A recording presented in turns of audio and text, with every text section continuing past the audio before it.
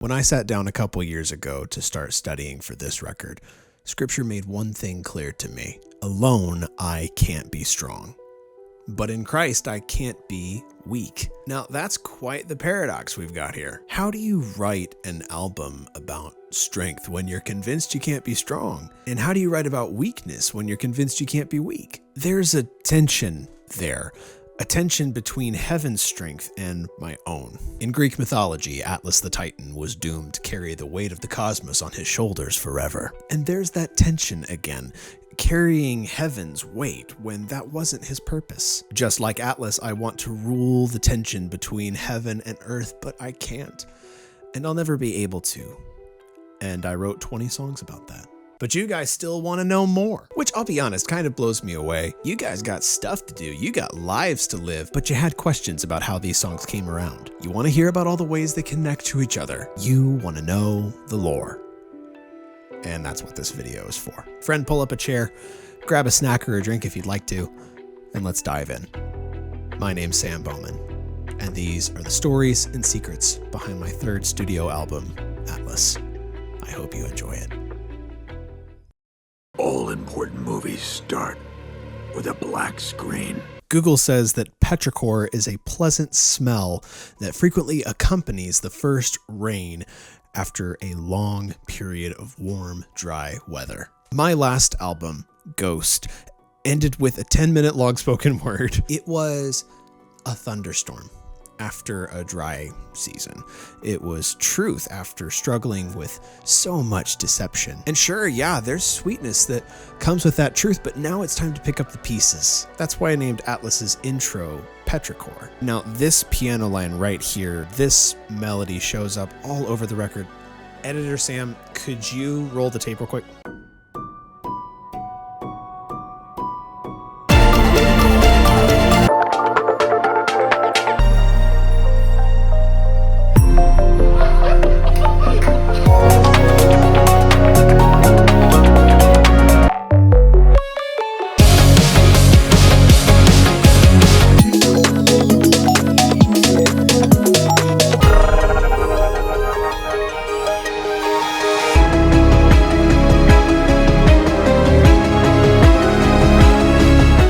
It's like in Star Wars when Darth Vader walks in and you hear that little dun dun dun dun kind of melody that lets you know he's there. The musical term for that is leitmotif. This piano melody right here symbolizes the theme of the album.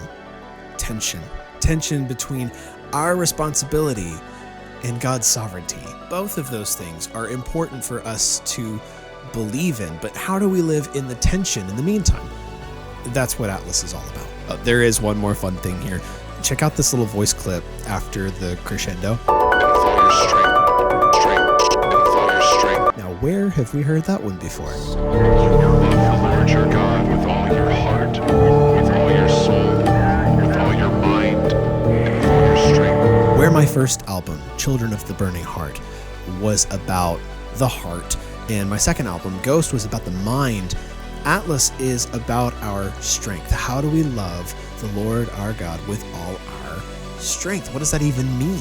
Now, I hadn't really duct taped songs to each other like this before, but PETRICHOR flows right into Circles, which flows right into ECLIPSE, which flows right into Pandora, and it keeps going for a minute. Circles sets up the visual theme of the record, told from the perspective of somebody in space that would really prefer not to be in space. He isn't grounded, and he wants to be. In his own power, he tried to escape gravity, and now he regrets doing that, which is very mysterious.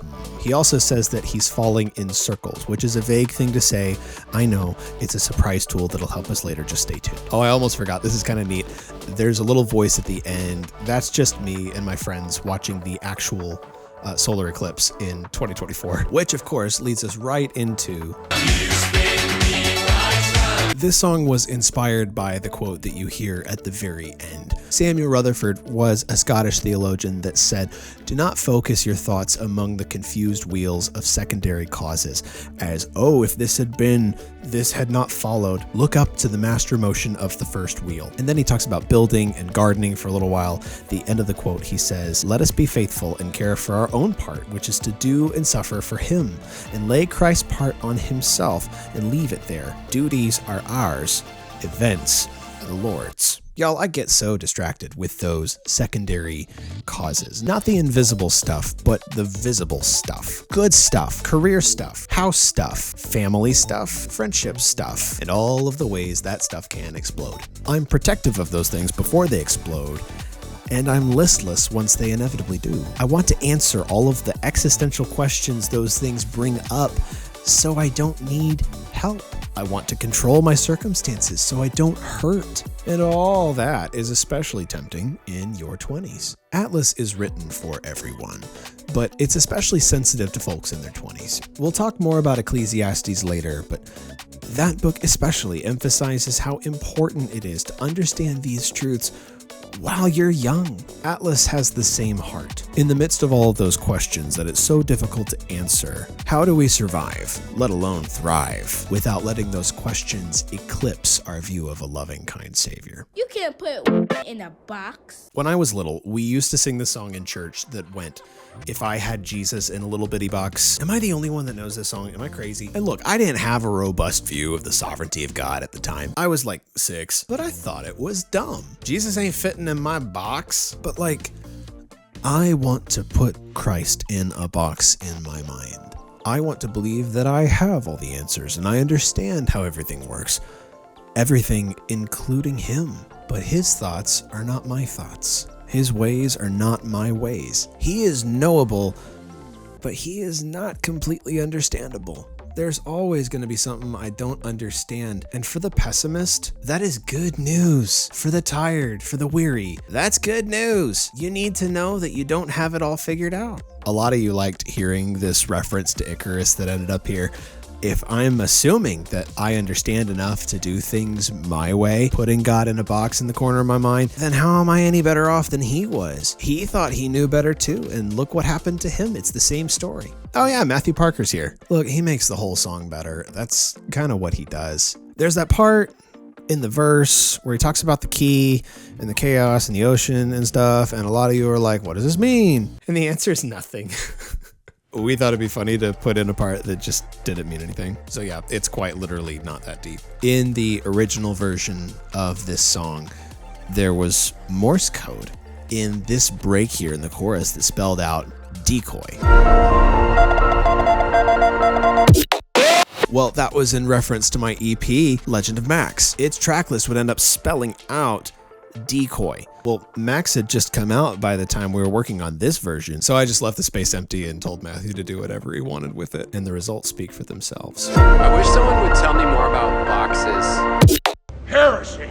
For those of you that grew up on VeggieTales, this is essentially the bunny song. It's stuck in my head, but it's heresy. This song is about King Ahaz of Judah. You can find the story in your Bible in 2 Chronicles 28. Real short version, instead of asking God to deliver him from his enemies, this king of God's people ended up praying to evil foreign gods and asking them for help instead. A very obscure story.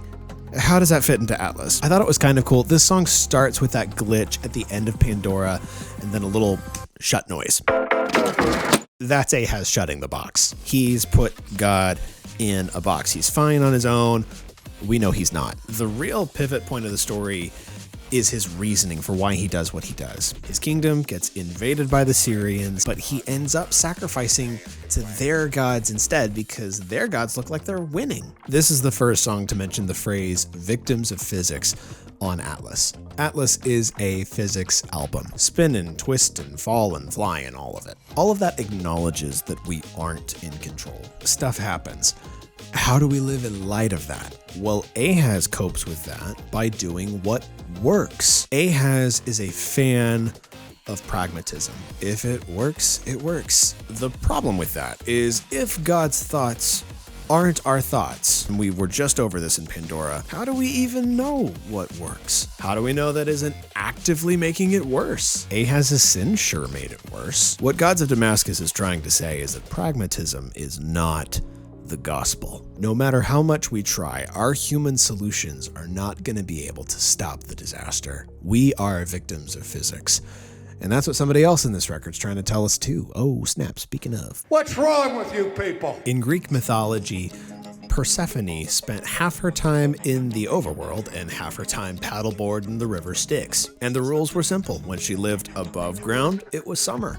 When she lived in the land of the dead, it was winter. And that's about all I pulled from that story. Now, we look at the Greeks who told this story and we say, you silly Greeks. You don't know about the axial tilt of the Earth and the planetary orbital plane, you dorks. And that's kind of what my version of Persephone is saying in this song. She's a little irritated. This isn't my fault, you Greeks. Why are you blaming all of this on me? The seasons were gonna change whether Persephone was above ground or not. But you and I are the same.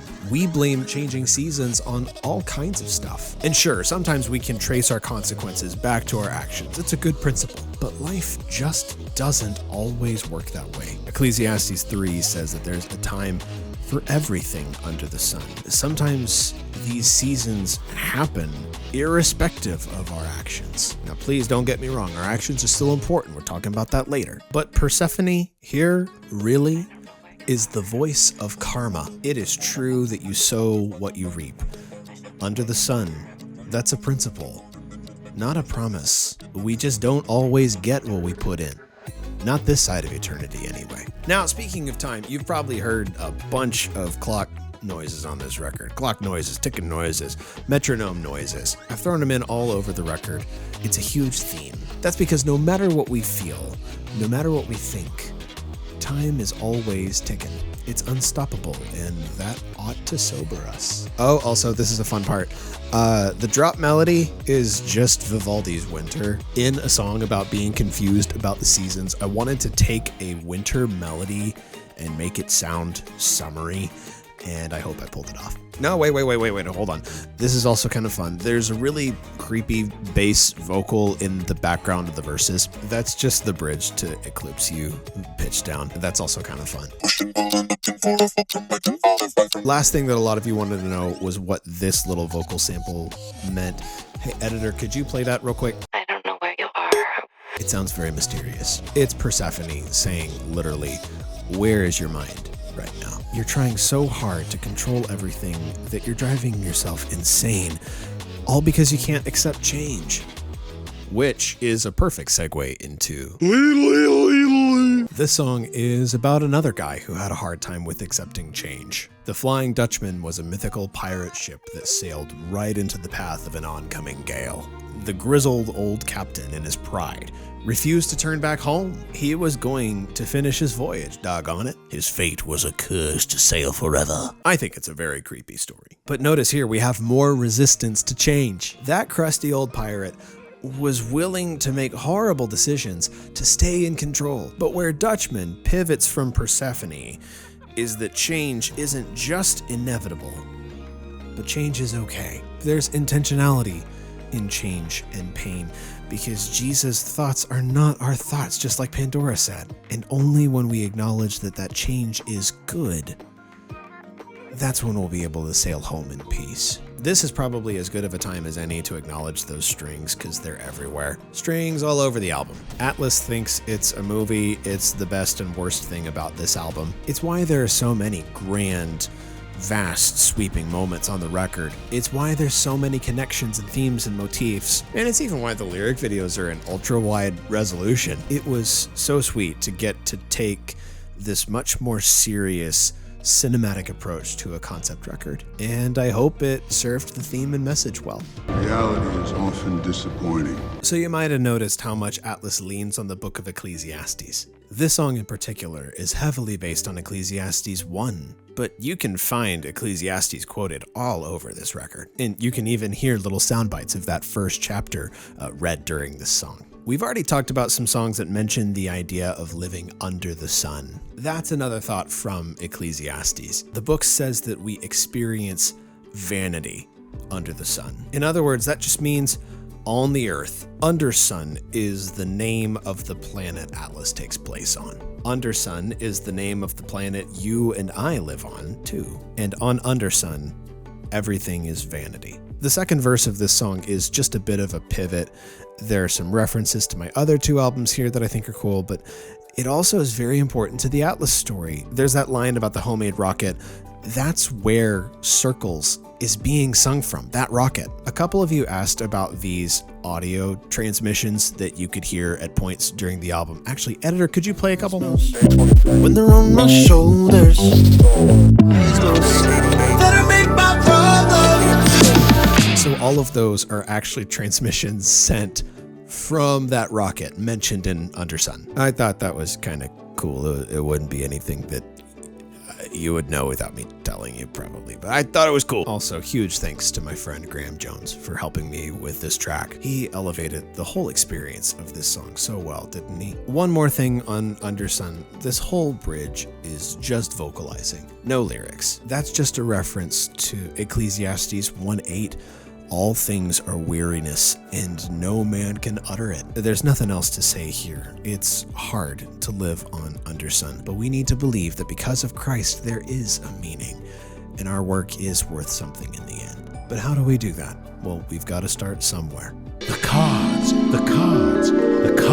will tell. This song was named after an icebreaker card game that makes me uncomfortable. It makes me uncomfortable because I don't like being known very much. I don't like depending on people. It's messy, it's risky. Jesus has had to gently teach me that I'm not being nearly as smart as I think I'm being when I self-isolate. I'm either gonna drown in the sea, that hurt that I walk into when I choose to be open with others, or I'll drown in the silence, that hurt that I walk into when I alienate myself from others. Welcome to Undersun. That's just how it is here. There is one really neat moment I wanted to talk to you about. I'm putting the chords for the verses on the screen now. It's essentially a 4-5-2 chord progression, but the bass is in the third of the chord, so it sounds very undecided until the second verse. There, we finally get to the root of the problem we're talking about. My isolation is causing more harm than peace. And when the lyrics can resolve that, the chords resolve along with it, and that bass moves back to the root instead of the third. Super subtle storytelling point, but thought it was cool, thought you'd be interested. A lot of you wanted to know about this little laughing sound that shows up right here before the bridge. It gets used a lot on this record. Actually, you know what, editor? Yes, that's me laughing. It's there because it represents that ideal experience of joy under the sun. It's also there because Ecclesiastes calls laughter madness. Both of those things can be true in their time. There's tension there, and mostly I just think that's kind of interesting. Wrapping up, strangers, I need to submit to how Jesus might use others to make me stronger. That's his prerogative. It's not mine. And speaking of people around you that are helpful, huge props to Ben Lawrence for practically carrying this song. His presence on it was just so critical, and it contributed to that serene, intentional vibe that I was going for here. The Samson? What? Who's Samson? Lancelot is another scripture story, but Lancelot isn't in the Bible. I know Lancelot isn't in the Bible. Lancelot's a metaphor for another dude who is in the Bible. This story is really about Samson. Like Lancelot, Samson is a guy that we think of probably in a better light than he deserves. He was a national hero. He was also a hothead and adulterous and rebellious. We know Samson because he was strong. We remember him because he was weak. There are some points in this song where you might notice some old sound bites.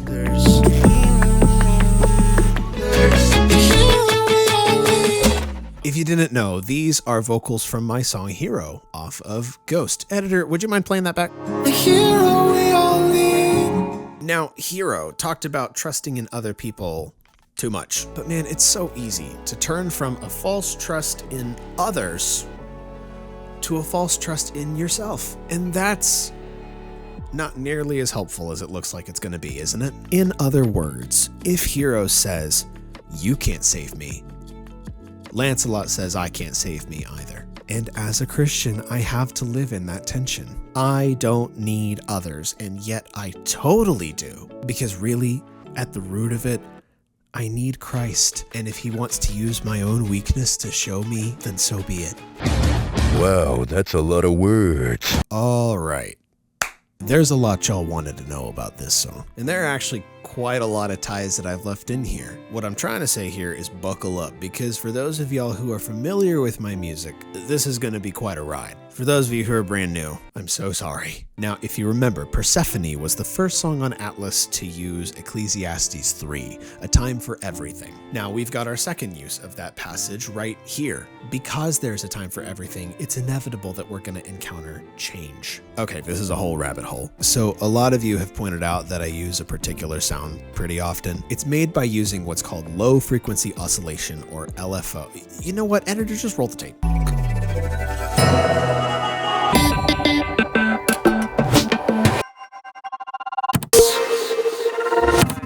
Come alive.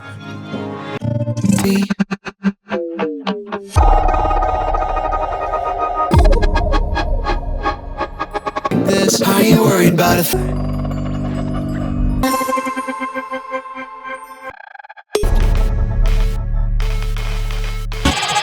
Sit down.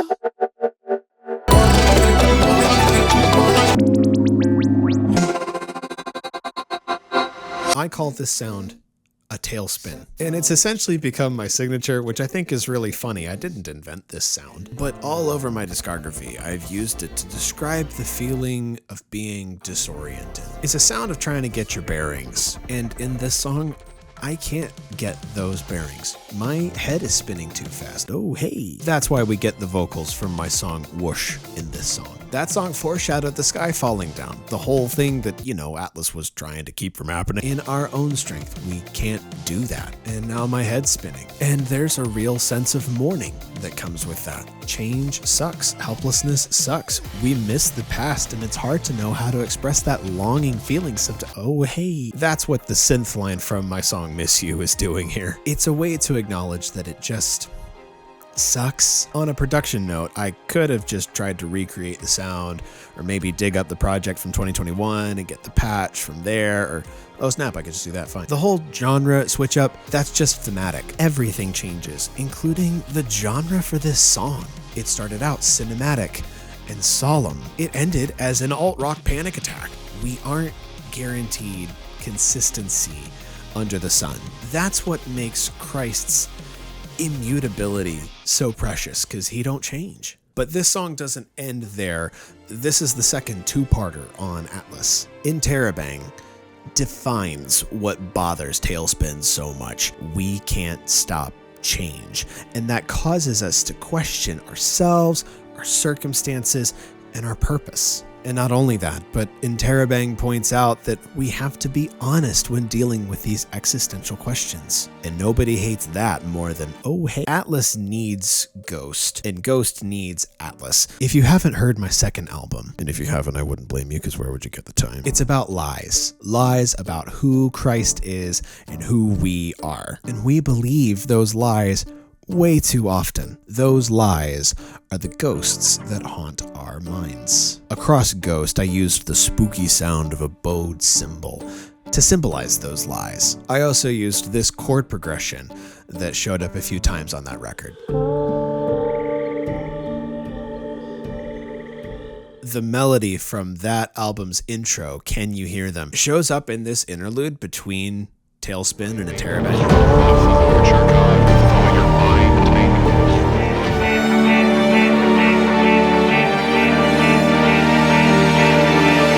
First, it's that French horn, then the whole brass section joins in, and then that bowed cymbal hits. Then that piano is just the same Ghost riff for about a minute and a half. This song goes fast. We need to go fast too. Lightning round for some of these lyrics because we need to move on. We got more Ecclesiastes 1 reference. We have references to previous projects that I thought were cool. And right here, we have the thesis of the record. This is it. We finally found the crux of the whole question we've spent 10 songs trying to answer. It took so much digging, but we're here, and we can't fix it. I am the question. Only Jesus can be the answer. How? How is that not a spiritual cop-out for real-life problems? And that's what the second half of Atlas is about. INTERROBANG is Atlas's halftime break. I also need a halftime break. I've been talking for a bajillion years. You've been listening for a bajillion years. I need to refill my water. While I do that, I'm gonna get Editor Sam to talk to you about the artwork for the album, because some of you had some questions about that. Sound cool? Great, awesome. I'll be back. Hey everybody, Editor Sam here. And yes, I did make Atlas's artwork myself. This little insignia here was made by my brother, who's a huge creative help for all of these records. This insignia is an orbital. See this first planet here whirling around the second one? It's that theme of tension and orbit and circles and weight, and I thought it was nifty, and it looks pretty cool on a hat. But yeah, I made the rest. I wanted it to look mysterious and existential and a little solemn. It's like the artwork is trying to, as another song on Atlas says, solve mysteries in the sky. And I think it looks okay. A lot of you have been really kind about the art direction for the record, and I really appreciate it. I'm not a graphic designer by any stretch of the imagination, so it's been really kind. Oh, snap, halftime's over. Y'all want to dive back in? Let's do it. What's your name, new hero? It's Titan. Atlas orbits around Titan. This is the heartbeat of the album. Titan ties many of Atlas' songs together. There's circles language, there's space language, there's under the sun language. There's a reference to Pandora's box here about trying and failing to build a worldview strong enough to predict and control my circumstances. This point here about faith being in orbit is really important, and we'll chat about that later. There's a moment where this song name checks both of my previous records, and you can see the through line from my first album to my third one. That's why there are all these references to my heart and my mind. That's what my first two albums were about. In Burning Heart, the Spirit set our hearts on fire. We had hope in suffering, passion in pressure. In Ghost, that fire inside was put under attack by way of our mind. If suffering could have put out that fire, then maybe lies from the world, the flesh, and the enemy would. By the time Atlas rolls around, I'm older, I'm grown, I'm self-sufficient. I know better now. Instead of the ghosts coming from the outside, I'm the one lying now. Man, I'm lying to myself if I think I can handle my sanctification, my circumstances, my future, all on my own, completely unilaterally. In other words, I'm lying to myself if I say I can carry the cosmos along with my cross. And that's when everything falls apart. That's when the sky falls. It's when I realize that I never had any control in the first place. I asked for all this mess by trusting in my own strength, and that strength wasn't strong enough. What is strength, really? Is it being braver and stronger and bolder in our own effort? No, it can't be. True strength is the Spirit-given ability to cling to the height, the length, the width, and the depth of Christ's love. That's enough. I have to believe that. I've never loved anything I've written quite like I've loved Titan. It's sweeping, convoluted, dynamic, wildly personal. It's my heart on a WAV file. Thanks for giving me your time. Do the next thing. So I did not write the words to this song. Obviously, I think these words are the best on the album in that case, and I needed them a lot. The copy for this song comes from a 19th century English poem. The author of the poem was anonymous. In the 20th century, the poem was popularized by Elizabeth Elliot, wife of martyred missionary Jim Elliot. And over time, the poem has become my response to my desire to control my circumstances, my reputation, and my destiny. I can't worry about all of that right now. I have got to leave all resulting. I have got to trust Jesus with tomorrow. Instead of concerning myself with the weight of the cosmos, I need to do the next thing. Also, huge thanks to Christian Singleton for her help with this song. Doing the next thing has a lot of the time just been working on one of Christian's songs. I thought it was sweet to nod to that way that the Lord used her here. What's this? What's this? This song is really blunt. So blunt that there isn't a whole ton to say about this one. Really, this song is about bothness. And so is the album. It's double length for a reason. It talks a ton about tension and opposites and contradiction, and a lot of that talking happens in this song. The song quotes both of the title verses for Atlas. Now, some of you guys might know that since I'm independent, I can set the copyright label of my releases to be whatever I want it to be, release by release. And for a couple years now, I've set that copyright to be the scripture that song pulls from the most. And Atlas is no different. You scroll down and there it is. But since Atlas is so interested in bothness, I've left 2 scriptures instead of 1. The first one is Ecclesiastes 12:13. It's Ecclesiastes, go figure. After all is said and done, all that's left for me is to fear God and obey his commandments. That's it. It's to understand that there's no one stronger, kinder, or more beautiful in the universe than him. And it's to know that when he gives me something to do, it's a good thing. But the second one is Ephesians 3:14 through 21. Not only is God sovereign, but he's loving, more loving than I'm physically able to comprehend. But according to Paul, strength here is that comprehension of his love. I need to be strong enough to understand that Jesus loves me. Only then, in the midst of all of this bothness, is my life going to have meaning under the sun. Only then am I going to be able to be mournful and joyful and confident and vulnerable and faithful and truthful and older and wiser and hopelessly confused. I don't understand a whole lot, but I can at least cling to Jesus' love and do what he wants me to do today. And this is what it means to be alive.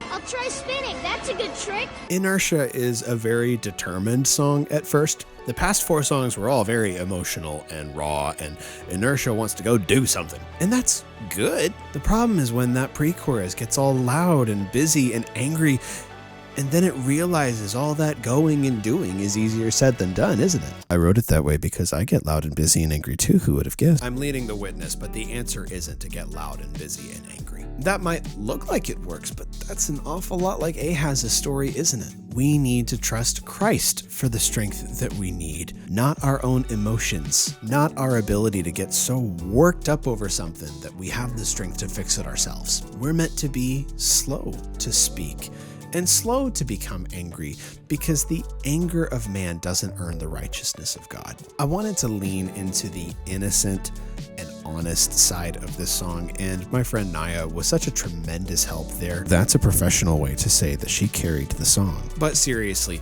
getting her help with the vulnerable and sweeping dynamic of this song was so huge. So grateful. Gravity was the first song from Atlas that I dropped for y'all way back in January 2024, which feels like an eon ago. But looking back, I'm hopeful it was able to preview where this record was going in a fun and mysterious way. We're 15 songs into the album, and by this point, a lot of these lyrics might make a bit more sense. I really hope. We can't just drift in space, held aloft by our own strength. We need to be held by something else. And we're not held by our own wisdom. We're not held by our own achievements. We're not held by our own accomplishments. We're held by Jesus. That same Jesus who holds all things together by the word of his power. And that's why we need to remember who he is. Even when we're falling into dawn and shadow, his love is the gravity that not only holds us, but keeps us moving. That's why faith is in orbit. I promised I'd talk to y'all about this. It's finally time. Let's do it. Titan said that faith is an orbit. It's tension in motion that pulls you along to the end.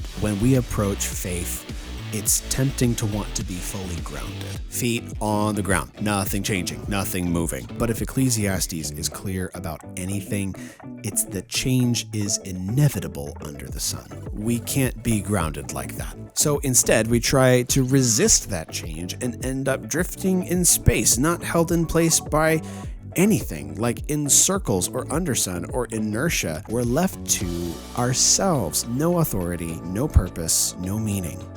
Vanity. That's why I think the picture of orbit is beautiful.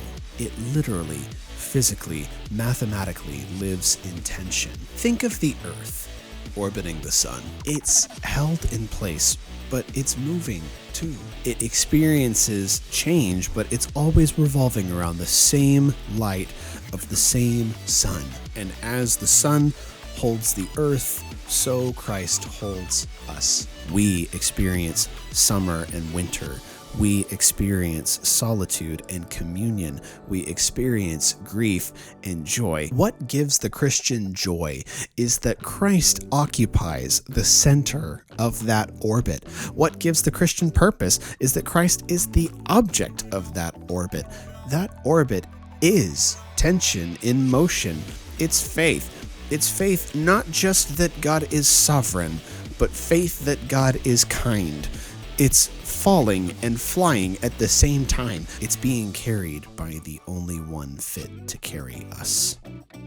This is what it means to be alive. Are you calling me a cadet? So Xander and I have written like a ton of music. This is actually one of the only songs we've gotten to write in person before, so that was really fun. When I lived in central Arlington, mayfly season was really bad. Like every April, May, you'd have like a whole swarm of mayflies find their way into my house, crawl up onto my dining room table, stumble around for a little bit, and then spontaneously unalive. Just right there. And the more mayfly corpses I swept up off the dining room floor, I'd go, I'm not very different from them. This is the third time Ecclesiastes 3 shows up on Atlas. Instead of going, there's a time to live, a time to die, Mayfly says we may live, we may die, we may fall, we may fly. And on top of being a bad pun, it pays off the foreshadowing from Persephone and TAILSPIN that was shadowed. Look, stuff is going to happen under the sun. Weeping, laughing, mourning, dancing. But events are the Lord's. Duties are ours. And our duty is to do the next thing. Loving Jesus and doing what he says. All that's true even if the rough stuff happens that we're trying to prevent. That's what We're Not Really Strangers was trying to say. Just because bad stuff could happen if we step out in obedience doesn't mean we just don't do it. That's why that language from Strangers is there in the chorus. What if we drown? And sure, we might. We still have to exist somehow, and we still get to make the choice. I don't have enough time to sit and protect myself from tomorrow. I have one chance to live. Now. Right now. And then I ate the croissant. This song gets its name from a Latin term that describes a growing circle. There's even a circle like in the background of the song. I 100% sat in my closet and read out like a ton of the digits of pi, and they're just chilling in the background of the verses. On an album that's so concerned with circles, I needed to finally turn around and address the circle that I'm least comfortable talking about.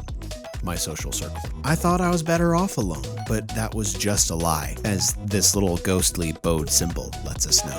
Thought I was better off alone, but you took And that's how we pivot back to Strangers again. If Strangers was about the dark side of being alone, then Crushere, yeah, that's how you pronounce it. Crushere is about the hopeful side of embracing community. That's why the bridge goes back and uses the melody from Strangers.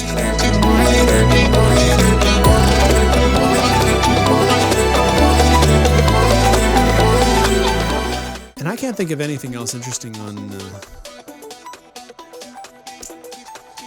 Okay, yeah, this is the croissant song. You win. You burn up! This is an old hymn that was written anonymously in the 19th century. It has 5 verses. Just because I included 4 doesn't mean the other one isn't great, but it was the second verse that really gripped me. Christ will strengthen us, help us, and then one, cause us to stand. It's his strength and his strength all by itself that's enabled me to do the next thing, and I think that's beautiful. Some of you guys caught the instrumental after that 3rd verse. That's the melody from my song Smoke at the very beginning of the whole story.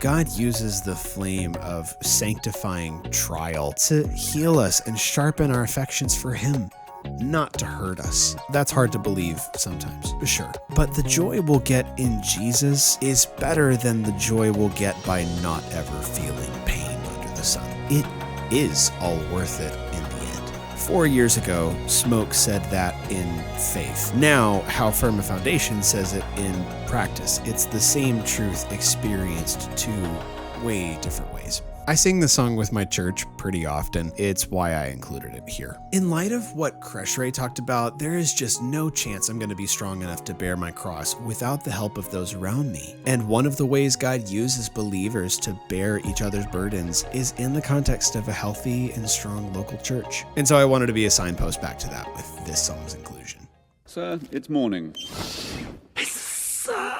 Sundial King is about Hezekiah, who is the king of Judah. This is a bit more obscure of a story. I'll give you the short version. Hezekiah was a good king of Judah, but he was still invaded by the evil Assyrians, and then he got sick, really sick. That was especially important because Hezekiah hadn't had a son yet. God had made a promise to Hezekiah's ancestor David that a descendant of his would one day reign on the throne forever. Clearly, there was something for Hezekiah to live for. He had a kingdom to protect and a family to preserve. Hezekiah could have given in to despair. Instead, he asked God for healing. And as a sign of favor, God caused the shadow on the steps of Ahaz to move backwards 10 degrees. Folks, he literally caused the sun to move backwards. And then Hezekiah was healed. Wild story. That's what the song is about. If you were listening really closely, we did foreshadow this song a couple of times. The first time was in Gods of Damascus with that piano line.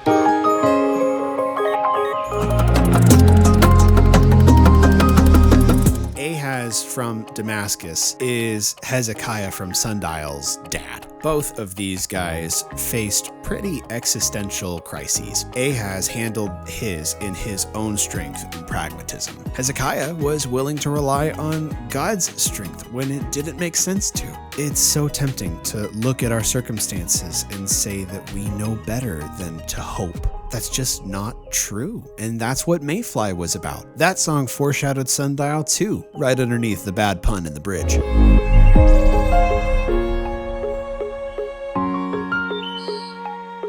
Why would I obey in faith when I might get hurt? I don't know what's going to happen. Neither did Hezekiah. But he was totally convinced that there was something to live for. I want you to have some hope that there's something to live for. Maybe you're listening and you're like, yeah, I was planning on that, so thank you. But maybe you've tried too long to carry the weight of the world on your shoulders and it's left you just as it's left everyone else. Hopeless.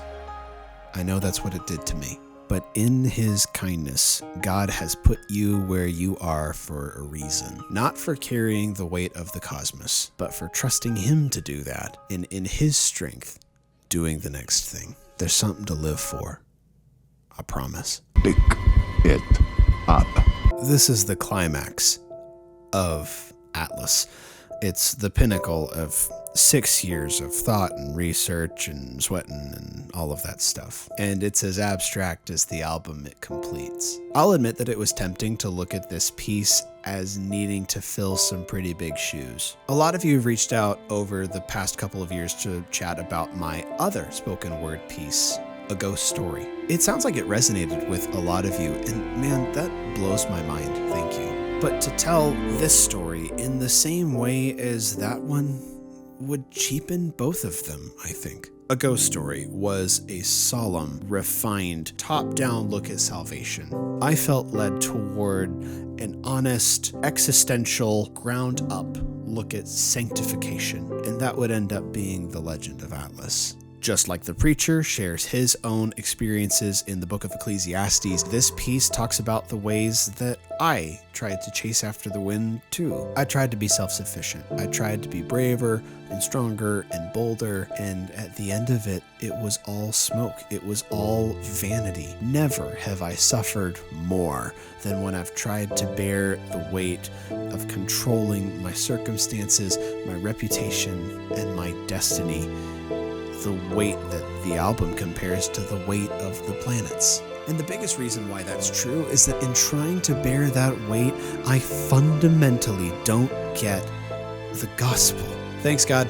I've got it from here. I liked the whole get out of hell free card. And I've got a vague idea that you're in charge now of what I do, so I should probably behave. So if you want me to do something, just let me know, but I'll take it from here.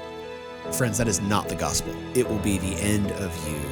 And it was almost the end of me. I missed the whole point. Not only did Jesus die for my sin, but he lives for my holiness. You don't need my help. Who am I to help him? And who am I to take his place in carrying weight that I was never meant to carry? The good news of the gospel is that Jesus can live in the tension when I can't. He is truly God and truly man. He was perfectly obedient and had perfect dominion over the universe and hung on a cross. He died for sinners like me who want to carry the cosmos. That messes with me, man. I know how undeserving of love I am, but that's where I actually need strength. True strength is believing the height, the width, the length, and the depth of Christ's love. And if I'm grounded in that infinite love, I can finally relinquish the weight of the planets. Not only that, but I have the strength to walk in obedience to what he wants me to do. That's my purpose, to love him and do what he says. And here we are. It's been a real generous 70 minutes of music for you. It was a couple years of hoping and dreaming for me. We're back at the paradox where we started. We end the album right where we began. Alone, I can't be strong. In Christ, I can't be weak. Over the most difficult years of my life, God showed me that I was, in fact, weak. And he showed me that I could, in fact, be strong, but only because he himself is strong. I don't have to be like Atlas, carrying the weight of my circumstances, my future, and my grief. Instead, I can lay that down, pick up my cross, and do the next thing. And just like the circles the album talks about so much, Atlas has made its own circle, ending with the same piano part that it began with. I need to stretch my legs. You've got stuff to do, and I'm so grateful you were willing to sit with me and chat a little bit about my work. But it runs deeper than just being busy.